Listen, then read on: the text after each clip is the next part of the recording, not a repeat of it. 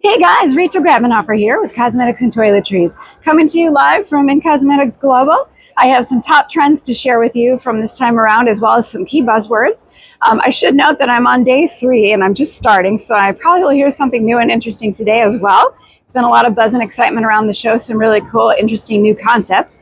But just to get a kind of quick rundown, number one, I would say longevity is probably the biggest thing we're hearing about.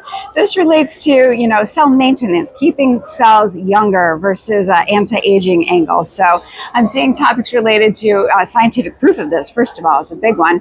Talk around the hallmarks of beauty and specific molecular mechanisms, so almost like molecular beauty to some extent.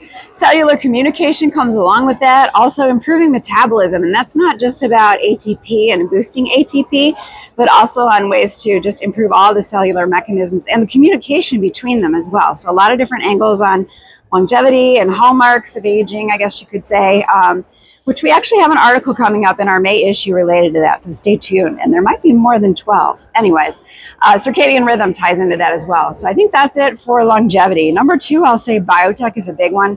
Obviously, it falls sort of into the sustainability angle, where it's finding new ways to create interesting new ingredients, and through biofermentation is a big one, but there are a lot of different other biotechs out there. So that would be my number 2.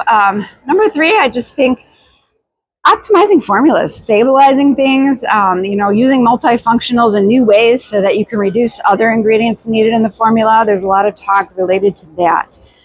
Next up, I will say keratin and collagen, probably not surprising to you. A lot of collagen, human-like collagen replacements, some recombinant, some not, but finding new ways to create kind of more of that longevity, I guess. They're kind of tied together, but both in hair and skin, so that's interesting. Speaking of which, hair and scalp care is one, as well as dandruff and, improving hair health that goes along with that.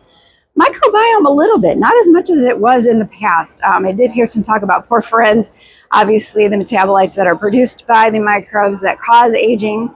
I think tied into that too, you hear a little bit more about oxidant inflammation is one of the terms I'm hearing, but inflammation, inflammaging, those terms are still hot and around.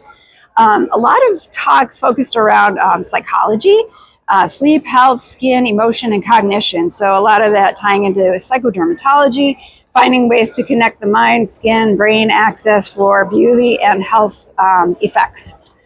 Next up, I mentioned sustainability, easier to formulate, different things that could replace plastics, PMMA, a lot of natural sourcing going on around that.